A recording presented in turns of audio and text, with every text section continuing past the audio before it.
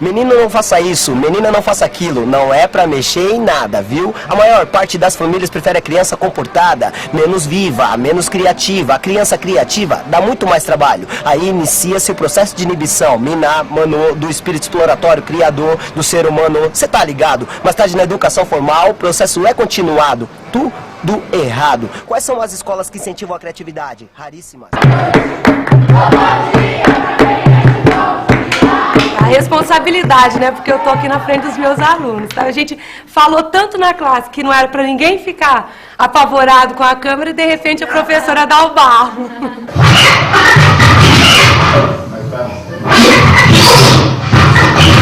Solta um Scott, solta um Scott. Nós estamos aqui reunidos para falar sobre o preconceito. As relações étnico-raciais dentro da escola.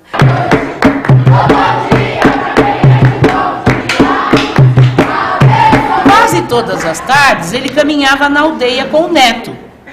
Vocês sabem que os indígenas trabalham muito mais com a linguagem oral do que a linguagem escrita. Então o que acontecia? Ele conversava com o neto contando as coisas da aldeia, os valores. Ô, Lelê, céu tá cheio de nego. Então eu estudei numa escola onde era dividido. A classe era dividida em duas. De um lado, aqueles que tinham algum poder aquisitivo. De outro, aqueles que não possuíam. E dentro daqueles que não possuíam, estavam a maioria de negros. Ao ponto de, no ginásio, a professora pôr os alunos que não tinham livro naquela época, geralmente negros e pobres, para fazer tarefa no poste da frente da escola, na hora da saída, para que os outros vissem. Não tem lugar pra você. Maculelê voltou pra terra. Eu cresci em um bairro que na década de 70 tinha moradores tanto ricos quanto pobres. Eu era da ala pobre. E nós fizemos prezinhos juntas, eu pobre e as garotas ricas do bairro. E a minha professora, ela era elitista. Ela gostava mais das ricas. E ela me colocou junto com uma menininha negra, a Cristiane. E no final do ano teve a peça teatral, né? E meu maior sonho era ser a princesa, para usar a coroa, que brilhava a coroa da princesa. E a princesa foi dada para Mônica Agos. Mônica Agos era a menina rica do bairro. E eu falei, bom, eu não vou ser princesa, eu vou ser pelo menos a florzinha do jardim. A florzinha foi dada para outras crianças. Daí eu falei, bom, não vou ser florzinha, vou ser pelo menos a abelha, né? A abelha foi dada para outras meninas. A minha, a Cristiane, ficou urubu. Eu tenho fotos vestidas de urubu. Eu e Cristiane de urubu. Porque a gente era pobre. E a Cristiane, além de ser pobre, por ser negra. Enquanto eu fazia o ensino fundamental de 1ª a 4ª série, a presença de pessoas negras na minha sala era uma coisa muito natural, muito forte, tinha muita gente, né? Embora pouco se falasse na escola a respeito da questão de sermos diferentes. Na minha chegada ao ensino médio, o número de negros da minha sala, ou afrodescendentes, se quisermos deixar assim, foram cada vez mais reduzidos. 45% dos brasileiros são negros. 55 milhões de pobres. Destes, 70% são negros. Então, como é que a gente ainda pode sustentar o mito da democracia racial num país como o Brasil? Tinha uma professora na última escola que eu fui coordenadora pedagógica que ela não se dirigia a mim. A vice-diretora do meu lado, ela dizia, você tem, enfim, o resumo do que foi passado no HTPC, porque eu não vim. Aí a vice-diretora dizia, a coordenadora pedagógica é a Ione, ela está aqui, eu não faço o HTPC, você pode pedir para ela. Ela saía e não falava comigo. Literalmente, explicitamente, ela fingia que eu não existia. Ia acontecer uma festa de final de ano. Aí uma professora falou assim, eu estou precisando de uma Maria para representar a mãe de Jesus. Aí eu peguei e falei assim, bom, Maria, olha, que tal? Uma aluna negra, e eu acho que esse é o momento, né, da gente estar representando, mesmo porque Nossa Senhora Aparecida e tal, é a nossa representante maior dentro da Igreja Católica aqui no Brasil. Aí essa professora olhou de cima embaixo, olhou, ela pegou e falou assim, não é isso que eu quero. Te faço uma pergunta, com todo vigor, se você teria por ele esse mesmo amor, se Cristo fosse mais um homem de cor, se não tivesse esse padrão europeu que te deram, se ele fosse como os escravos eram. Eles queriam saber como era ser negro. Eu lembro que na faculdade perguntaram para mim, como é ser negro? Eu falei, é uma ferida que só dói se você puser a unha, senão não. Foi numa festa junina. O André era um aluno negro e na hora de fazer pares para a quadrilha, não sobrou ninguém para o André. Foi se fazendo par, cada um foi pegando um, o André ficou sem par.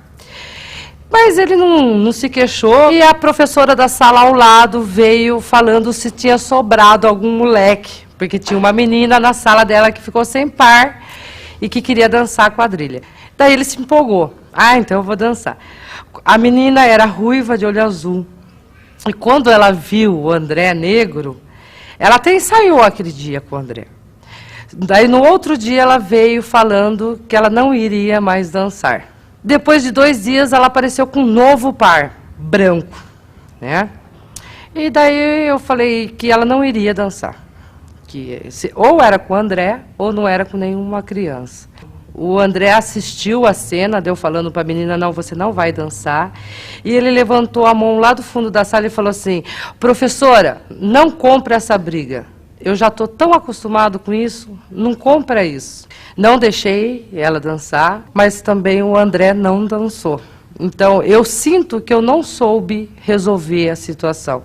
Foi só um paliativo. E ele chegou numa amiga minha, assim, colocou a mão nela e chamou ela. Aí ela já virou assim, olhou pra cara dele e desencosta. Ele é negro. Ele olhou assim pra cara dela, calma, só vou te perguntar uma coisa. Ela, não, menino, sai daqui, desencosta de mim. Só vou conversar com você só. Dá pra você parar de conversar comigo? Eu não tô entendendo. Você não percebeu que nem de você eu gosto? Não, mas o que eu te fiz? Não é questão de você ter feito alguma coisa. Você não me dou bem com pessoa do seu tipo. Como assim, pessoa do meu tipo? Da sua cor. Eu assim, não encosta que você pode me sujar. É neguinha fedida, é neguinha do sarará, é neguinha de cabelo ruim, é neguinha não sei nada, sabe? Tudo é neguinha, tudo é por causa da cor, sabe? E ela começou a sentir muito forte a questão da rejeição por parte dos colegas, dos apelidos, de falar do cabelo e de excluí-la das atividades. Que foi uma vez, eu fui com o cabelo solto pra escola, aí eu sentei assim, tinha um menino que sentava atrás de mim. Aí ele virou pra mim e falou assim, nossa, que cabelo feio. Eu perguntei pra ele por quê. Ele falou assim, nada não, cabelo de preto é bom, é feio assim mesmo. E ela relatava que doía muito o silêncio dos professores quando as coisas aconteciam. Então, quando ela chorava, ela sempre dizia, o professor ouviu e não falou nada. Tem vezes assim, gente que xingou de macaco, essas coisas assim. Eu chego na dona Cátia ali, falo pra ela me dá conselho. Fala, não pode, calma, não precisa brigar, só você chegar, acalmar. Fala pro professor Renato lá também. Aí ele vai falando pra mim se acalmar, não ir xingar aquela pessoa, deixar passar de lado. Aí eu vou, sento na minha cadeira, começo a fazer minha lição. Aí vou até em casa, acontecer de novo, ela fala pra mim, vai indo. Neguinho, não de uma maneira carinhosa, porque é diferente eu chegar a falar pra você, e aí, neguinho, tudo bem? Pô, legal, e falar, aquele neguinho do caramba, não sei o que lá. Mas eu sempre soube lidar com isso normal. Eu deixava, ia fazer o quê? Eu não ia brigar com ele. Pra mim é bola pra frente, eu não ligo pra isso aí não. Eu sinto que ela criou uma técnica de esquecer, né? Mas eu, como mãe, não consigo esquecer às vezes que ela chegava em casa chorando, dizendo eu não quero mais voltar naquela escola, ninguém gosta de mim. Eu acho que eles, por já ter sofrido tanto racismo, eles começaram a se fica meio assim, não, eu não chega perto de mim porque eu sou negro. Não todos, mas alguns já chegaram a fazer isso. Muitos, por não ter cabeça, não pensar direito, acabam querendo revidar ao invés de procurar seus direitos. Isso não é bom. E eu vejo hoje o quanto é doloroso para os meus alunos que dão depoimento para mim de situações discriminatórias. Porque se eu passei por uma situação implícita e foi difícil, eu imagino para eles que muitas vezes se defrontam com situações veladas e até de agressividade. Quando você entra, já começa. A bicha preta já chegou. Olha lá, olha a lacraia, olha a lacraia. Você não liga, olha lá, você passa nessa tamanca. Aí sobe e fala, acordo de manhã, já tem que ver essa bicha. Você adora, né? Porque quanto mais fala, quanto mais gosta, viu, querida? Ouça o que eu digo. Aí você senta, aí tem uns indivíduos na minha sala, fica atacando papelzinho, achando que a bicha é lixeira. Mas a bicha não é lixeira, eu já aviso isso, tá bom? Eu já discuti com muitos, né? Porque, falar sério, né? Achar que a bicha é lixeira. É uma bicha chiquérrima como eu, né? Tudo tem limite, tudo tem limite. Também sofri uns acatos, assim, de racismo. A maioria da minha turma é tudo branco. Foi no dia de prova, aí tava eu e meu primo, que são os mais morenos. Aí chegamos lá e ele falou assim, você não vai ganhar porque você é preto, você é negro. Aí eu fiquei bem sentido, né? Chorei. Aí eu, não falar a verdade, até xinguei eles, né? Falei assim, sou preto, mas sou com orgulho. Ainda cheguei, ainda acabei ganhando a prova deles ainda.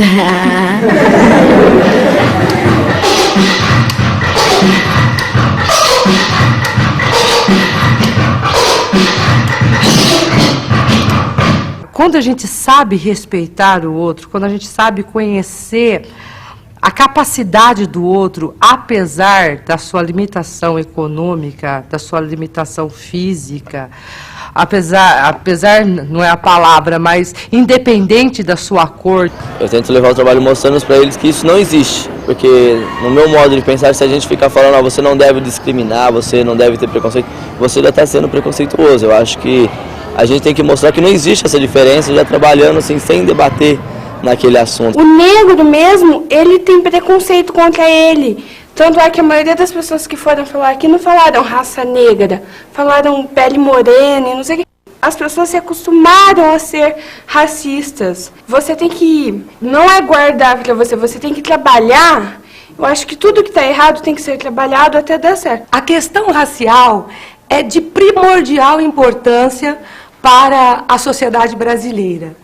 Nós vivemos séculos ocultando o que não pode mais ser ocultado, silenciando o que precisa ser colocado para fora.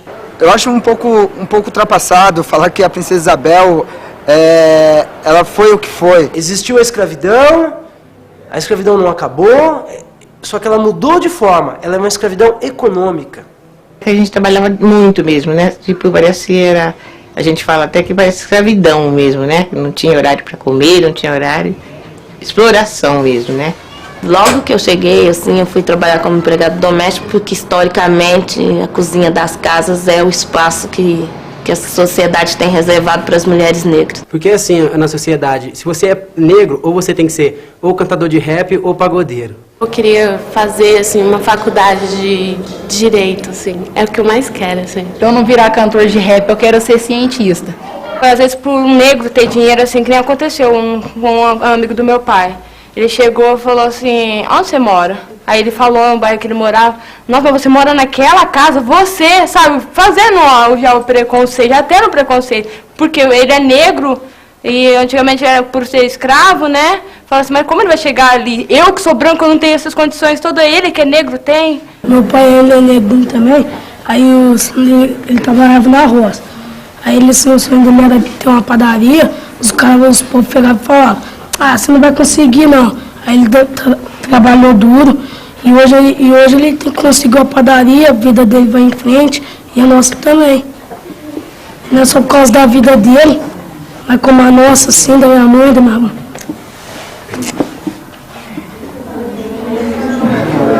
Se você é negro, muitos te olham diferente, outros não têm emprego porque são deficientes. Eu sei que não é bom, mas tenho que falar que o racismo está em todo lugar, na escola, no trabalho, no dia a dia, na classe alta, vixe, na periferia, infelizmente para muitos. A vida não é bela, principalmente para aqueles que moram na favela. Então, à medida que eu fui para a escola, o que eu vivenciei na escola? Somente a linguagem do colonizador. O que aparecia na escola não eram os relatos que a minha família fazia, né? Era a questão do descobrimento, mas sobre o ponto de vista de um historiador, vinculado, na verdade, a uma questão mais de colonizador, então o colonizador com os colonizados. Está falido o sistema, ele não consegue educar, né? Ele não consegue educar. E na escola, a educação é muito frágil. Ela é muito frágil. Por parte, assim, do governo, eu acho bonitos os projetos no papel, mas para que ele realmente aconteça, eles precisam realmente acreditar no projeto e aplicar na escola. Não adianta ficar fazendo esses trabalhos bonitos, miraculosos, lá longe, num hotel, sei quantas estrelas, que eu até já fui em um e achei um disparate. Tem que se investir nas escolas. Às vezes, nós, professores, sentimos que o fardo é muito pesado, porque a sociedade coloca para a escola uma série de questões a serem resolvidas, tipo assim, ninguém deu conta, a escola vai dar. É muita coisa em cima de um professor, porque falta funcionário na escola. Isso também é uma espécie, sei lá, é preconceito com a classe pobre. É um preconceito com os alunos da escola pública, com os professores que nós não temos direito de ter nada direito. Chega um professor branco, ele é tratado de uma forma. Eu chego, por melhor que seja o meu trabalho, em alguns lugares o preconceito prevalece. Desde quando eu entrei no hip hop, assim, eu assumi esse compromisso, eu acho muito louco, assim, ter esse estilo, ser desse jeito. Não é ser diferente, é você se assumir, na minha opinião. Eu me assumi como negro, desde, é lógico, sempre fui, mas eu me assumi mesmo. Depois que eu entrei no hip hop, eu falei, puta, isso é muito louco e é isso que eu quero pra mim. Realmente, o hip hop, ele é uma força que está aí para combater não só o preconceito, mas qualquer desigualdade.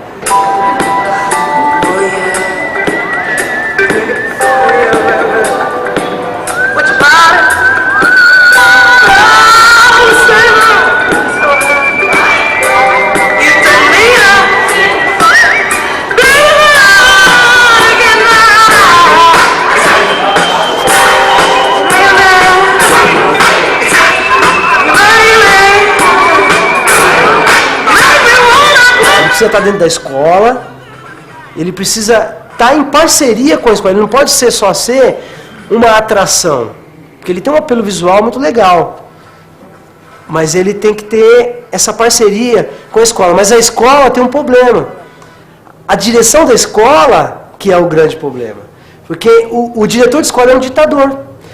Por que eu falo isso? Por experiência própria. Porque a gente vai num colégio, o diretor te trata de uma forma, você vai em outro, é de outra forma.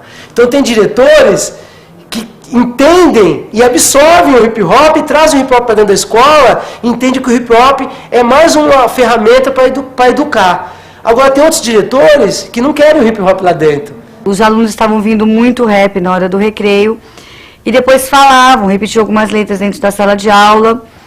E os professores achavam que eles estavam pegando alguns termos pejorativos, alguns palavrões. Então, achou-se melhor estudar essa cultura mais a fundo para que os alunos entendessem a parte crítica do rap. E os líderes locais do hip hop foram convidados para virem fazer uma reunião com os professores, primeiramente, para discutirem algumas ações a serem tomadas para idealizar esse projeto. Depois nós vamos partir para as oficinas de grafite, oficinas de dança já começaram, está sendo formado um grupo de street dance na escola também. E o hip hop continua aberto aos finais de semana para a comunidade.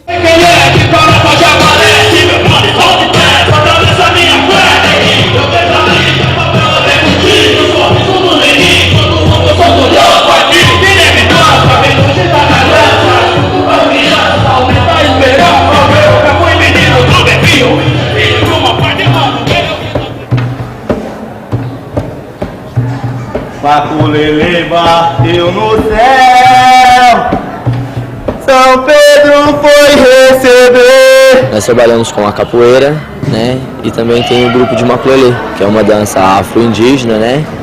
E essa dança foi criada pelos escravos, pois no meio aos canaviais em dialetos africanos.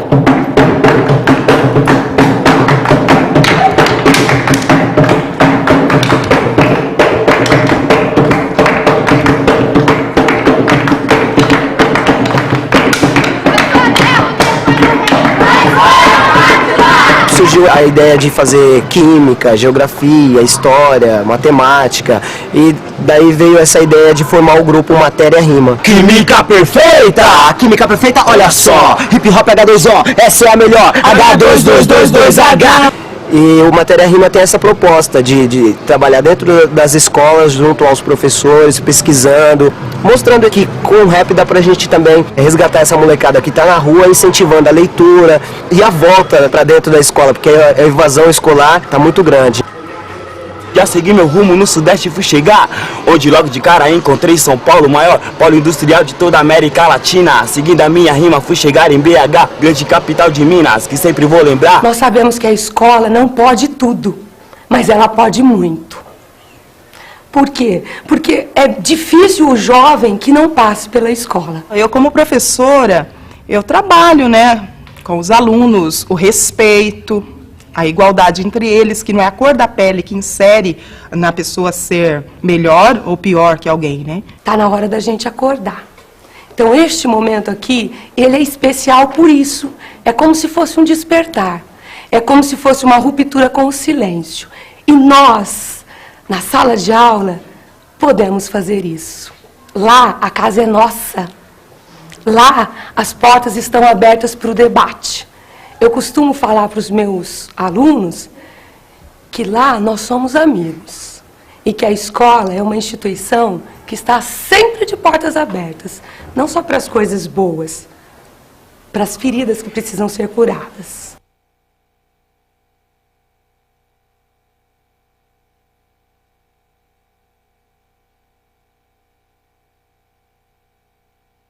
Periódica tabela, códigos espin magnéticos, azimutal, estou lembrando que a solubilidade das bases que eu sais em água, por favor, um copo refrigerada, acetatos, nitratos, nitritos, sulfatos, todos esses sais na água, eu não tinha me ligado, substâncias químicas, hip hop, não importa se o ácido é fraco ou se é forte, então vem estudar a química, se ligar na matéria que se passa da rima. Então, química, química, hey, química, química, oh, química, química, hip hop, a química perfeita, estudar, trabalhar, assim que tem que ser, a química perfeita, respeitar, amar, pode crer que é a química perfeita, viver e ser feliz, a química perfeita, Puma, Sasquatch, John, matéria rima, a química perfeita. Valeu.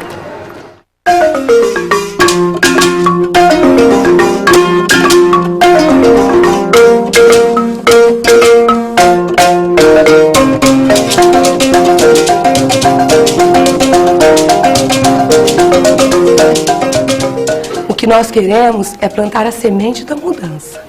E eu acredito que o dia de hoje marcou isso. Pelo menos aqui, para a nossa escola, marcou. É a semente da mudança.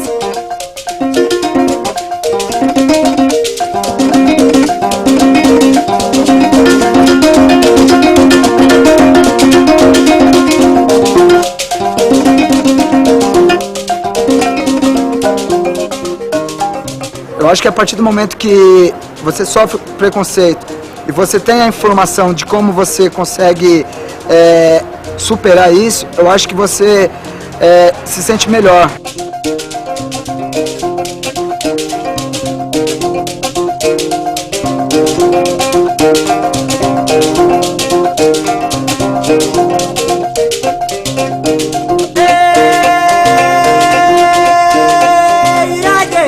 Independentemente se é pagode, ou se é rap, ou se é negro, ou se é branco, eu acho que é cada um na sua e cada um vivendo num convívio de harmonia e união, porque só assim vai acabar com isso aí.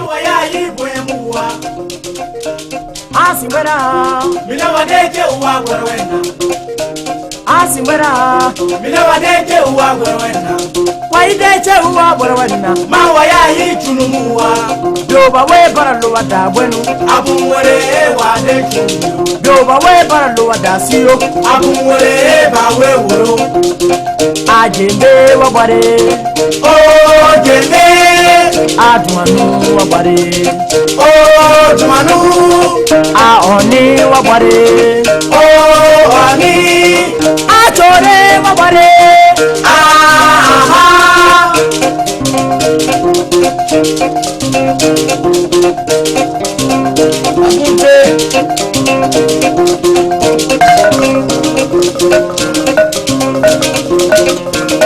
Assim, por exemplo, a gente somos, assim, meu pai é negro, o pai dela já era branco e tal. Então, mas nós vivemos com uma família assim, simples, não tem nada preconceito, preto na nossa casa é bem-vindo, branco também. Tipo, um maconheiro também, se chegar, não temos preconceito com nada, entendeu? Só que a gente somos limpos e preto e branco nós unimos e viramos uma família corintiana.